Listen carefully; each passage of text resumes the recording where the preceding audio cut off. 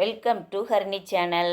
இன்றைக்கி என்ன பார்க்க போகிறோன்னா பழப்பச்சி. நேந்திரம் பழத்தில் பழப்பச்சி செய்கிறோம். எப்படி செய்யலான்னு பார்க்கலாம். இதுக்கு ஃபஸ்ட்டு ஸ்டவ் ஆன் பண்ணி ஒரு கடாய் வச்சு 1/2 லிட்டர் கோல்டு வினர் ஆயில் ஊற்றிட்டோம். எண்ணெய் நல்லா காயட்டும். அதுக்குள்ளே நாம் நல்ல பழுத்த வாழைப்பழம், அது நல்லா பழுத்துருச்சு. ஊருக்கு போயிட்டு வரும்போது நேந்திரம் பழம் கொண்டு வந்திருந்தோம். அதை பழத்தை பாருங்கள், அது 4 பழம் இருந்துச்சு. அதை பழப்பச்சி போட்டுடலாம் அப்படின்ட்டு. இப்போ மாவு நல்லா மிக்ஸ் பண்ணணும். அதுக்கு மைதா மாவு 1 கப்பு எடுத்துட்டோம். 1.5 கப்பு எடுத்தோம். 1 கப்பு முதல்ல போட்டுட்டு அப்புறம் ஒரு 1/2 கப்பு மைதா மாவு 1.5 கப்பு எடுத்துட்டு அப்புறம் அதை தண்ணி ஊற்றி நல்லா மிக்ஸ் பண்ணணும். கரண்டியை வச்சு நல்லா மிக்ஸ் பண்ணணும். நல்லா மிக்ஸ் பண்ணிவிட்டு கொஞ்சம் கொஞ்சமாக தண்ணி ஊற்றி நல்லா மிக்ஸ் பண்ணணும். பஜ்ஜிமா பதத்துக்கு வர வரைக்கும் தண்ணி ஊற்றி கொஞ்சம் கொஞ்சமாக கரண்டி வச்சு நல்லா மிக்ஸ் பண்ணணும். அப்புறம் இது கூட கொஞ்சம் உப்பும் மஞ்சள் கலந்துக்கிடணும். கலருக்காக மஞ்சளும் உப்பு, மைதா மாவு போட்டிருக்கல, லேசாக உப்பு, ஒரு பிஞ்ச உப்பும் போட்டுட்டு அப்புறம் சுகர், சீனி 1 கப்பு போட்டுக்கணும். 1/2 கப்பு சீனி போட்டுக்கலாம். ஏன்னா பழத்தில் ஏற்கனவே இனிப்பு இருக்குது. இந்த மைதா மாவில் இனிப்பு பிடிக்கிறதுக்கு ஒரு 1/4 கப்போ 1/2 கப்போ சீனி போட்டுக்கலாம். இப்போ பாருங்கள், கரண்டியை வச்சு நல்லா தண்ணி ஊற்றி மாவு நல்லா மிக்ஸ் பண்ணிட்டோம். இப்போ மஞ்சத்தூள் போடுறோம். ஒரு பிஞ்சு மஞ்சத்தூள் போட்டு கொஞ்சம் உப்பும் போட்டுருவோம். இதையும் நல்லா மிக்ஸ் பண்ணணும். இதையும் நல்லா அடித்து கலக்கி மிக்ஸ் பண்ணிவிட்டு அப்புறம் சீனி போட்டுடணும். இப்படி சீனி போடுதோம். சீனி ஒரு 1/4 கப்பு போட்டுட்டு மஞ்சத்தூளும் போட்டு நல்லா மிக்ஸ் பண்ணுறோம். நல்லா மிக்ஸ் பண்ணி உப்பும் போட்டிருக்கோம். நல்லா மிக்ஸ் பண்ணி இந்த பதத்துக்கு போதும். ரொம்ப தண்ணியாக இருந்தாலும் அப்புறம் இதாக இருக்குது, அதுக்கு மாவுலாம் அந்த உதிர்ந்து போயிடும் எண்ணெயில். அதனால் இந்த பதம் கரெக்டான பதம். நம்ம ஏற்கனவே கொஞ்சம் கட்டியாக இருக்கும்போதே நிறுத்திக்கணும். ஏன்னா சீனி போட்டோன்னா கொஞ்சம் தண்ணியாக ஆயிரும் மாவு. இப்போ பழம் பாருங்கள், 5 பழம் இருக்குது. அதை தோல் உரிச்சிக்கிறோம். பழத்தை நல்லா தோல் உரிச்சிட்டு ரொம்ப நீளம் பழம்னால நம்ம 2ஆக கட் பண்ணிக்கலாம். கத்தியை வச்சு 2ஆக கட் பண்ணிவிட்டு அதை இப்போ ஒவ்வொரு சின்ன ஸ்லைஸாக கட் பண்ணிக்கலாம். நீல வாக்கில் சின்ன சின்ன பீஸாக கட் பண்ணி அதை மாவை தனி தட்டில் வச்சுக்கணும். பார்த்திங்களா, இப்படி கட் பண்ணுறேன்ல, இந்த மாதிரி கட் பண்ணணும். வாழைக்காய் பஜ்ஜிக்கு செய்வோம்ல, அந்த மாதிரி தான் இது. கத்தியை வச்சு கட் பண்ணி எடுத்துக்கணும். நல்லா பழுத்த பழம். ரொம்ப தடிமனாகவும் இருக்கக்கூடாது, ரொம்ப லேசாகவும் இருக்கக்கூடாது, நார்மல் இதில் இருக்கணும். இதை இப்படி ஒரு பிளேட்டில் எல்லாம் கட் பண்ணி வச்சுக்கலாம். மாவை நல்லா கரைச்சி மிக்ஸ் பண்ணி வச்சிட்டோம். எண்ணெய் ஊற்றி காய வச்சுருக்குறோம். எண்ணெய் நல்லா காஞ்ச உடனே நம்ம இதிலேருந்து பழத்தை எடுத்து மாவில் முக்கி எண்ணெயில் போட்டு எடுக்கணும். டேஸ்டியான பழப்பஜ்ஜி ரெடி ஆயிரும். இது நாகர்கோவில் ஸ்பெஷல் பழப்பஜ்ஜி. இப்போ பாருங்கள், எண்ணெய் நல்லா காஞ்சிருச்சு.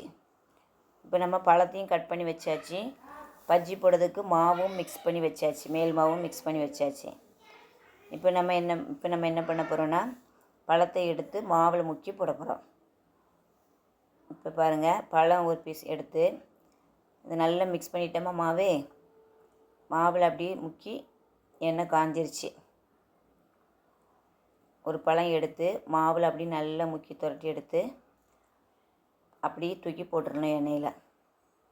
எண்ணெய் நல்லா காஞ்சிருக்கணும், அப்போ தான் நல்லா வரும் பஜ்ஜி பொங்கிடு. இப்போ பாருங்கள், அடுத்ததும் போட்டாச்சு. 4 இது போட்டேன்.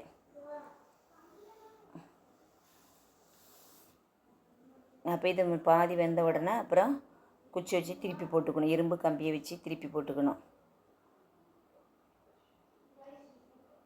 அப்புறம் அந்த பக்கமும் வெந்தோடனே எடுத்துடலாம். இப்போ பாருங்கள், நம்ம இரும்பு கம்பி வச்சு திருப்புறோம். ஒரு பக்கம் வெந்துருச்சு. இப்போ அடுத்த பக்கத்துக்கு நம்ம திருப்பி போடுறோம்.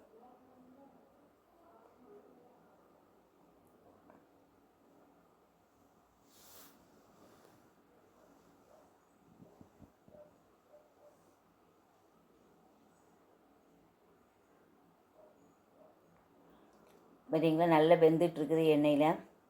இது நல்லா கோல்டன் நிறம் நல்லா மாறணும்.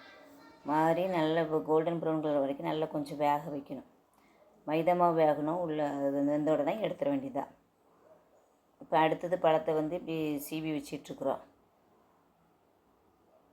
ஒரு பிளேட்டில் இப்படியெல்லாம் சீவி வச்சிட்டோம்னா ஈஸியாக அதை எடுத்து நம்ம மாவில் முக்கி எண்ணெயில் போட்டுடலாம். அது வேகிறதுக்குள்ளே அடுத்த பழத்தை தோல் சீவி இப்படி கட் பண்ணி வச்சிட்ருக்குறோம். இப்போ பாருங்கள், ஒரு பக்கம் நல்லா வெந்துருச்சு. இப்போ அடுத்த பக்கமும் நல்லா திருப்பி போட்டுட்டு பாருங்கள், இந்த மாதிரி கலரில் வரணும். இந்த மாதிரி வந்தோன்னா நல்லா வெந்துருச்சுன்னு நல்லா மொறுமொறுன்னு அழகாக இருக்கும் பஜ்ஜி. இப்போ பாருங்கள், எடுத்துடலாம். இப்போ எடுத்துடலாம். பழ பஜ்ஜி ரெடி. ரொம்ப நல்லா வந்தது. எல்லோரும் செஞ்சு பாருங்கள். நல்ல டேஸ்டியான பழ பஜ்ஜி ரெடி. இது வந்து ரொம்ப சத்தானது. நேந்திரம் பழம் வந்து நல்ல சத்தானது.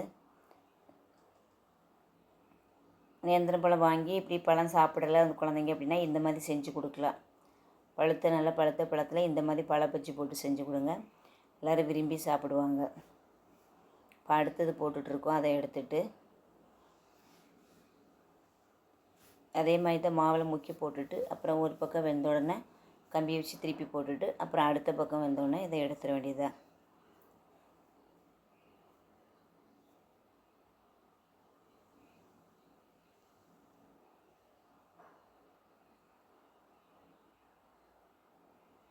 டேஸ்டியான பழ பஜ்ஜி ரெடி ஆயிரும். இதில் இன்னும் 2 பழத்தை வச்சுட்டு வேறு என்ன மாதிரி செஞ்சோம்னா பழம் அப்பம் செஞ்சோம்.